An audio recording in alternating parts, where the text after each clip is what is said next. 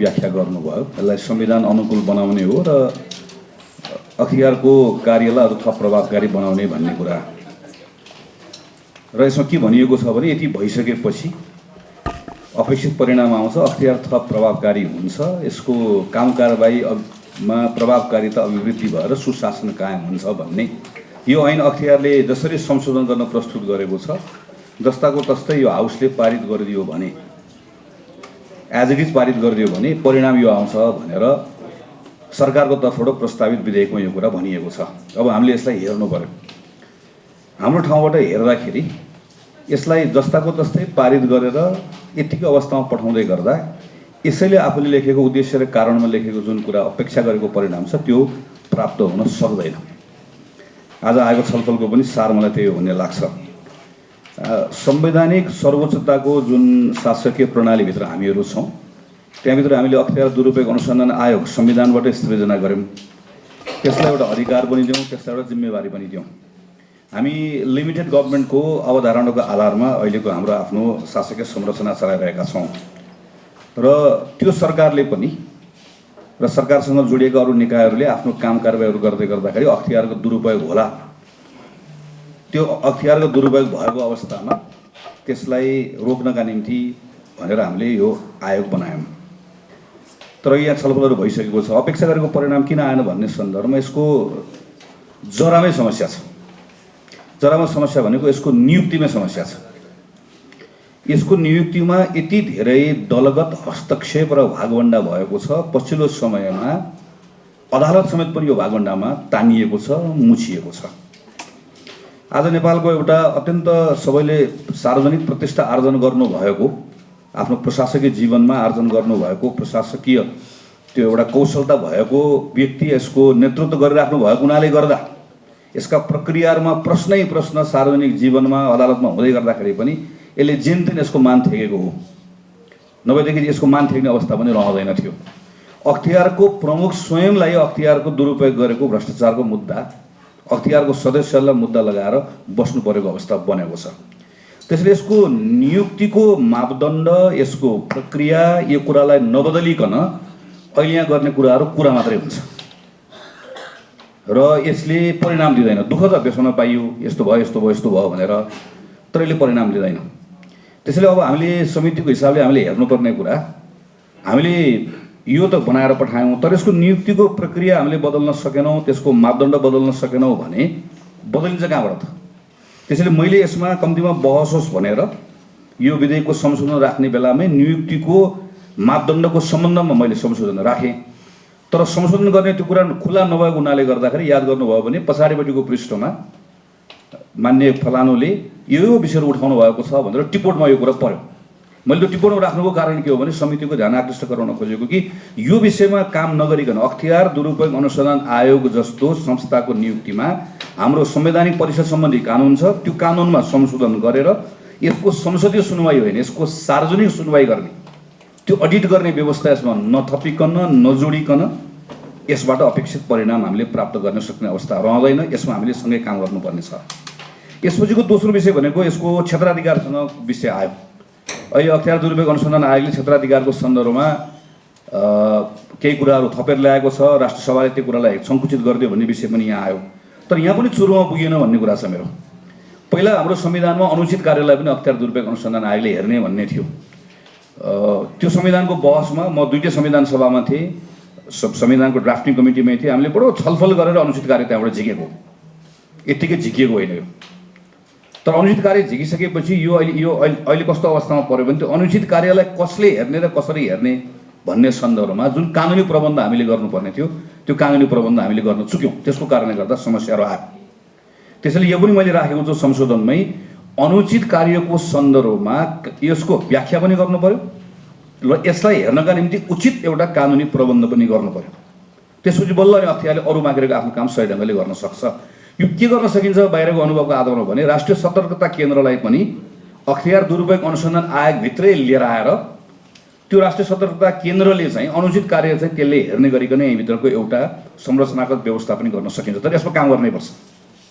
अनुचित कार्य झिकेको छ, अनुचित कार्यको डिफाइन छैन, कसले हेर्ने भन्ने कुरा छैन।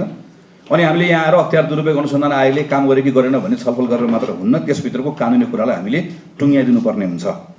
यसपछिको विषय नीतिगत निर्णयका सन्दर्भमा आउँछ। हिजोदेखि आज बिहानसम्म अहिले केही समय यहाँ बैठकमा आउनुभन्दा अगाडिसम्म मान्य सभापतिज्यू हामी लगातार लागेर र सरकारलाई म धन्यवाद पनि दिन चाहन्छु। सरकारले केही समय अगाडि निर्णय पनि गर्यो आज बेलुका नेपाल वायुसेवा निगमको प्लेन इजरायल उडाउने भनेर। तर नेपाल वायुसेवा निगमको प्लेन उडाउने विषयको सन्दर्भ बिचमा केही समस्याहरू आएको थियो। त्यो समस्या आउँदै गर्दाखेरि चाहिँ अरू बाहिरको अरू देशको प्राइभेट एयरलाइन्स हामीले लिएर उडाउन सकिँदै सकिँदैन भन्ने बहस हुँदै गर्दा त्यो छलफलमा कसैले प्रवेश गर्ने आँट गर्न सकेन। किन प्रवेश गर्ने आँट गर्न सकेन भने त्यो छलफलमा जाँदै गर्दाखेरि त भोलि गएर आउने त झन्झट कसले बेहोर्ने, कहाँ गएर बेहोर्ने? यो नीतिगत यो अहिले यो निर्णय गर्यो नीतिगत निर्णय हुन्छ कि हुँदैन? समस्या त आउने भयो, राज्य त सञ्चालन गर्नुपर्ने छ। फेरि नीतिगत निर्णयका नाममा फेरि चाहिँ हामीले आपतकालीन अवस्थामा प्रकोपको बेलामा समेत पनि प्राकृतिक विपत्तिका बेलामा महामारीका बेलामा पनि गलत क्रियाकलापहरू भएको देखेका छौँ। त्यो गर्ने उपाय के हो त? यसको पनि बाटो छ। यसको बाटो भनेको म मान्य सभापतिको ध्यान आकर्षित गराउन चाहन्छु। यसको गर्ने कुरा के हो भन्ने लाग्छ मलाई पनि। यसको बाहिर अभ्यास छ। नीतिगत निर्णय के हो भन्ने बारेमा छुट्टै कानुन बनाइनुपर्छ। कानुनले व्याख्या गर्छ कुन कुरा नीतिगत हो कुन कुरा नीतिगत होइन भनेर। त्यसैले क्याबिनेटले सबै कुरा नीतिगत मात्र गर्दैन। क्याबिनेटले केही कुरा नीतिगत गर्छ, केही कुरा उसले अरू बाहिरका कार्यकारी अधिकार प्रयोग गरेर निर्णय गर्छ। तर के नीतिगत हो र के नीतिगत होइन भन्ने कुरा जब कानुनले नै यसलाई प्रष्ट बनाउँछ त्यसपछि बल्ल विषय टुङ्गिन्छ। होइन भने यो पनि हाम्रो कुरा गर्ने विषय मात्र रहन्छ। न हामी यताको न यताको न उताको हुने अवस्था बन्छ। यसमा हामीले काम गरौँ। त्यो सँगसँगै अब हामीले केही समयपछि निजामती सम्बन्धी आउँछ, त्यो विधेयक पनि यहीँ आउँछ। त्यहाँ हामीले अलिकति किन काम गर्नुपर्ने छ भने कुन तहले कुन निर्णय गर्दै गर्दाखेरि चाहिँ त्यो नीतिगत हुन्छ, त्यही कुन तहले निर्णय गर्दै गर्दा त्यो नीतिगत होइन कि त्यो नीतिगतभन्दा भिन्न निर्णय हुन्छ भन्ने कुरा पनि हामीले किन क्लियरिफाई गर्नुपर्छ भने होइन भनेदेखि भने बिस्तारै बिस्तारै समस्या चाहिँ कसैले पनि कलम नचुक्ने समस्याहरू आउन सक्छ। अधिकारको दुरुपयोग नहोस् भन्नेतर्फ पुरै काम गर्नुपर्छ कम्प्लिटली। तर सँगसँगै चाहिँ त्यहाँभित्र अहिले भने जस्तै डर र भरको स्थिति के रहनुपर्छ भने सँगसँगै भर पनि रहनुपर्छ कि यो डिफाइन छ, मैले यसमा काम गर्नु, मैले यो निर्णय मैले गर्नुपर्छ भन्ने ठाउँ पनि हामीले त्यसलाई त्यो डिस्क्रिप्सनरी अधिकार कसैलाई प्रयोग गरेर होइन, स्वविवेकी अधिकार प्रयोग गरेर होइन, स्वेच्छाचारी बनाएर होइन, कानुनले नै परिभाषित गरेर यसमा लिएर जानुपर्छ। विशेष सेवा बनाउनुपर्छ। त्यसको पनि फेरि मिश्रित अनुभव छ। कतिपय ठाउँमा खराब अनुभव पनि छ। केही देशहरूले गरेको खराब अनुभवको कुराबाट सिकेर अख्तियार दुरुपयोग अनुसन्धान आयोगमा चाहिँ हाम्रो नियमित निजामती सेवाका कर्मचारी जाने होइन, यसको विशेष सेवा बनाउनुपर्छ। त्यो विशेष सेवा चाहिँ संसदप्रति उत्तरदायी हुने गरिकन विशेष सेवा बनाउन सक्यौँ भने मात्रै अघिल्लो दिनसम्म एउटा मन्त्रालयको सचिव भएको छ, भोलिपल्ट त्यहाँ गएर त्यही अर्को आफूले गरेको काम त्यहाँ गएर हेर्नुपर्ने हाम्रो अहिलेको जुन अवस्था छ, यो अवस्था पनि हाम्रो लागि यसले समस्या लिएर आएको छ। त्यसैले विशेष सेवा हामीले बनाएर लिएर जानुपर्ने हुन्छ। यसपछिको म टुङ्गाइहाल्छु। अब अर्को विषय भनेको जस्तो यहाँ यो अख्तियार दुरुपयोग अनुसन्धान आयोग के कुरालाई प्रष्ट बनाइदिनु पर्यो भने ब्याङ्क लगायतका जति पनि सेक्टर्सहरूको कुरा गरिएको छ, राष्ट्र ब्याङ्क छ, मेडिकल काउन्सिल छ देखि लिएर प्रत्येकको हामीले एउटा छुट्टै निकाय बनाएका छौँ र त्यो निकायलाई कानुनले दिएको अधिकार छ। त्यसले त्यहाँ अनुसन्धान गर्न सक्छ, त्यसले त्यहाँ दण्ड दिन सक्छ, सजाय दिन सक्छ र यदि त्यसमाथि पनि अकुत सम्पत्ति कमाएर भ्रष्टाचार गरेको छ भने हामीले सम्पत्ति शुद्धिकरणको सम्बन्धी छुट्टै एउटा कानुन बनाएर संस्था क्रिएट गरेका छौँ। यी सबै संस्थाहरू कि चाहिँ पङ्गु भयो भन्ने मान्नु पर्यो, होइन भनेदेखि भने त्यसको हामी डुप्लिकेसनको कुरालाई हामी कसरी हेर्छौँ? हामी कहाँनिर गएर छुट्याउँछौँ? ल हामीले एकछिनलाई मानौँ कानुनबाट सबै कुरा चाहिँ अख्तियार दुरुपयोग अनुसन्धान आयोगलाई हेर्ने गरिकन दियौँ। अब तत्त निकायले के काम गर्छ, हामीले यसलाई कसरी सोचेका छौँ भन्ने बारेमा पनि हामीहरू प्रष्ट हुन आवश्यक छ।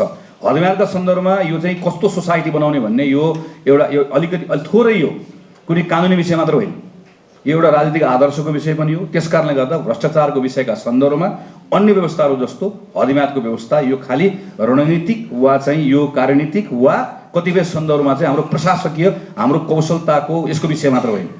नसक्ला ठिक छ, हामीले सबै कुरालाई शून्यमा हार्न नसकौँला, तर एज अ सोसाइटी नेपाली समाज भ्रष्टाचारका सन्दर्भमा यति शून्य सहनशील छ कि यसले चाहिँ 20औं वर्ष 30औं वर्ष अर्को जुनीसम्म पनि यो विषयलाई छोड्दैन भन्ने कुरा मान्यताको कुरा पनि हो। त्यस कारणले गर्दा हदम्यारका सन्दर्भमा हाम्रो पोजिसन त्यो यसमा राख्यौँ पनि र हामी सबैको पोजिसन त्यो रहनुपर्छ भन्ने मलाई यो लाग्छ। र मेरो अन्तिममा मेरो अनुरोध चाहिँ यो हामीहरूले जस्तो अरू कानुनहरूलाई पनि मान्य सभापति सँगसँगै राखेर हामीले हेर्नुपर्छ। केही वर्षदेखि हामी एउटा खास गरिकन ठेक्का प्रणालीका सन्दर्भमा कि यो थुप्रै देशहरूमा अभ्यास छ कि कसले कति समयभित्रमा हाम्रो ठेक्काको बिड केमा हुन्छ, समयमा हुन्छ, के पैसामा हुन्छ। जसले कम कबुल गर्यो त्यसले ठेक्का पाउँछ, कानुनको व्यवस्था हो यो। तर कसले कम कबोल गर्यो मात्र होइन, कसले कम समयमा बनाउँछु भन्ने कबोल गर्यो, ठेक्काको मूल्याङ्कन चाहिँ त्यसको आधारमा पनि हुने। हाम्रो सार्वजनिक खरिदारीको अहिलेकै व्यवस्था छ, तर त्यो व्यवस्था कसैले प्रयोग गर्ने आँट गर्दैन। किन प्रयोग गर्दैन? मैले यति पटक मन्त्रालय धाएको छु, सबले के भन्छ भने यो प्रयोग गरे पनि अख्तियार आउँछ भन्छ।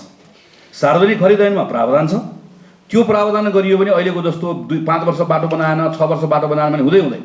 किन हुँदैन भने बाटो कसले छिटो बनायो भन्ने आधारमा जब टेन्डर प्राप्त गर्ने अवस्था रहन्छ भने त्यो त अहिले त ढिलो बनाउँदै गर्दा बढी नाफा हुने हो। बाई डिजाइन हामी त्यस्तो बनाएको छौँ, तर त्यो डिजाइन चेन्ज गरेर छिटो बनाउँदा नाफा हुने भन्न साथै त्यो नाफाको लागि काम गरिएको हो नि त। बाटो बनाएको त हामीलाई हाम्रो सार्वजनिक हितको लागि कुनै व्यवसायले बाटो बनाइदिया होइन, राज्यले सार्वजनिक हितलाई बनाउन खोजेको, व्यवसाय नाफाको लागि आएको। त्यो नाफै जब हामी टाइममा लिएर आउँछौँ भने होल हाम्रो सिस्टम नै अहिलेको चेन्ज हुन्छ। कानुन व्यवस्था छ। मैले यति पटक यो कुरा पार्लियामेन्टमा मन्त्रालयमा गएर जाँदै गर्दाखेरि अधिकारीहरूसँग कुरा गर्दा किन गर्नुहुन्न सार्वजनिक खरिदारीको यो प्रयोग भन्दाखेरि यसको प्रयोग हुन साथै अख्तियार दुरुपयोग अनुसन्धान आयोगले हाम्रो कुरा बुझ्दैन। नबुझिसके पछाडि चाहिँ कम कबोल गरेकोलाई किन दिनुहोस् भनेर जब उसले मुद्दा चलाउँछ मैले किन गर्ने भनेर हाम्रा कानुनी व्यवस्था प्रयोग नभएको तर्फ पनि हामीले ध्यान दिनुपर्ने हुन्छ। त्यसैले म आफ्नो कुरा टुङ्ग्याउने क्रममा मान्य सभापति मार्फत के आग्रह गर्न चाहन्छु भने धारणा के बनेको छ कि ठुल्ठुलो काण्डहरूलाई अख्तियारले यसले मिलाइदिन्छ, ठुल्ठुलो प्रकरणहरूलाई ढाकछोप गरिदिन्छ, एकदम सेलेक्टिभ छ। कसैलाई माया गर्छ, कसैलाई काखा गर्छ, कसैलाई पाखा गर्छ भन्ने धारणा बनेको छ। हामीले ऐन बनेर यहाँबाट जाँदै गर्दा यो धारणा हामीले बदल्न सक्नुपर्छ। यो धारणा बदल्न सक्ने गरिकन मात्रै हामीले त्यो स्थितिमा लिएर जानुपर्ने अवस्था हुन्छ। अख्तियार पवित्र पनि छ, प्रभावकारी पनि छ, विश्वसनीय पनि छ। यसले आफ्नो अधिकारको दुरुपयोग गर्दैन र कुनै पनि राजनीतिक आग्रह पनि यसले राख्दैन र कुनै पनि राजनीतिक शक्तिको आडमा कसैले छुट पनि पाउन सक्दैन भन्ने स्थिति बनाउनु पर्ने छ। यसको लागि मान्य सभापतिज्यू हामीले यसमा अलिकति काम गर्नुपर्ने छ। त्यसैले मेरो अन्तिममा जस्तो अस्ति हामीले सम्पत्ति शुद्धिकरण विधेयकमाथि मैले संशोधन राखेको थिएँ, यसलाई राम्रो बनाउला संशोधन गर्ने विधेयक भनेर। तर समितिले के गर्यो? सरकारको मन्त्रीजीले आउनुभयो, मलाई हतार छ हतार छ हतार छ हतार छ भन्नुभयो। यो विधेयक पनि मान्य केपी ओली प्रधानमन्त्री हुँदा आएको, डेफिनेटली हतार छ। हतार छ भनेकोले गर्दाखेरि उपसमितिमा जम्मा 2 मिनट बोलाएर कुरा पनि राम्रोसँग नसुनिकन, व्याख्या पनि राम्रोसँग गरेर नदिइकन हामीलाई पछि बोलाउँछु भनेर पठाइसकेपछि अहिले मैले हेर्दैछु त्यो विधेयक टुङ्गिएर यसमा हाम्रो फुल हाउसमा आउने अवस्था छ। अब यसमा पनि यहाँभित्र यो विधेयकमा मात्र होइन, यो विधेयकलाई भोलि प्रभावकारी बनाउनको लागि अरू पनि जोडेर आउने कुरा हुँदै गर्दा हामीले यसमा राम्रोसँग हामीले काम गर्नुपर्ने अवस्था छ। सरकारको डेफिनेटली छिटो गर भन्ने कुरा आउँछ, छिटो पनि हामीले गर्नुपर्ने छ। तर छिटो गर्ने नाममा चाहिँ हामीले गर्नुपर्ने यो समितिले गर्नुपर्ने कामहरू जुन छ, समितिले जति बेस्ट बनाउन सक्छ त्यो कुरामा चाहिँ नचुक्ने तर्फ चाहिँ सुरुबाटै हाम्रो ध्यान दिउँ। त्यो अनुसारले अलिकति टाइम म्यानेजमेन्ट, हाम्रो यसको प्लानिङ पनि त्यो अनुसारले गरौँ। जसरी मैले मेरो एकदम बिटर अनुभव भयो कानुन समितिसँग, कानुन समितिले जसरी काम गर्यो, यो संसदीय समितिले यसरी काम गर्यो भनेदेखि भने हाम्रो विधायिकी जुन हाम्रो विजडम हो, विधायिकी जुन हाम्रो जिम्मेवारी हो, त्यो जिम्मेवारी हामीले सही ढङ्गले सम्पादन गर्ने अवस्था बन्दैन। यो तर्फ चाहिँ यो समितिको मान्य सभापतिजीको सुरुमै ध्यान आकृष्ट गराउन चाहन्छु। धन्यवाद। नेपालखबर.com